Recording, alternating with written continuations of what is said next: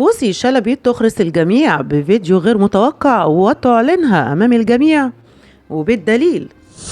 أهلا بيكم في قناة ويكيبيديا المشاهير، موسوعة أخبار النجوم والمشاهير، وفيديو جديد.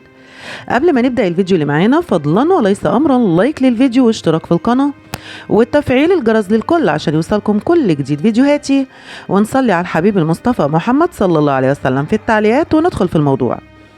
كشفت الإعلامية المصرية بوسي شلبي عن فيديو عقد قرنها على النجم الراحل محمود عبد العزيز بتاريخ 9/7 عام 1998، وده رد على الجدل الذي أثير مؤخرا حول العلاقة القانونية بينها وبين الفنان الراحل. ونشرت بوسي مساء الاثنين مقطع الفيديو عبر حسابها الرسمي على منصة تيك توك، واللي تفاعل معاها متابعيها الكثير منهم. كما نشرت يوم الأحد منشور آخر مرفق بصور بتجمعها مع محمود عبد العزيز، وكتبت عليها وقالت: ما تخافش يا حبيبي، حقك هيرجع يا حاج محمود، مرفق بأغنية ميادة الحناوي مهما يحاولوا يطفوا الشمس. وأتت هذه التطورات فيما زال النزاع القضائي بينهم وبين أبناء الفنان الراحل محمود عبد العزيز مستمر حول صحة عودة العلاقة الزوجية بين الفنان الراحل والإعلامية. وكانت ورثة الفنان الراحل وهم المنتج محمود عبد العزيز والفنان كريم محمود عبد العزيز قد أصدروا بيان تفصيلي يوم السبت أوضحوا فيه أن المذيعة بوسي شلبي خسرت كل درجات التقاضي في محاولة إثبات رجعتها للفنان محمود عبد العزيز، ما يجعل أبنائه محمد وكريم هم ورثته حصرا من دون وريث آخر.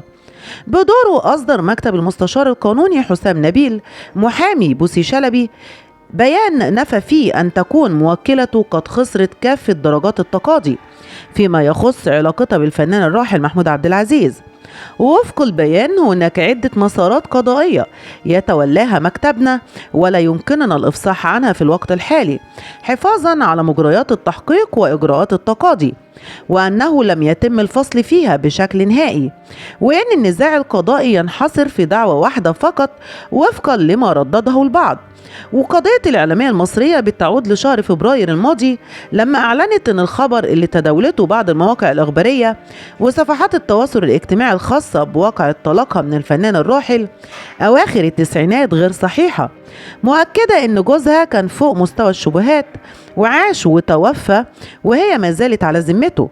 كما أوضحت أن كل ما في الأمر أن البعض قام بتزوير بعض الأوراق والمستندات من أجل الحصول على قطعة أرض بدون وجه حق، مشيرة إلى أن الأمر محل تحقيق قضائي.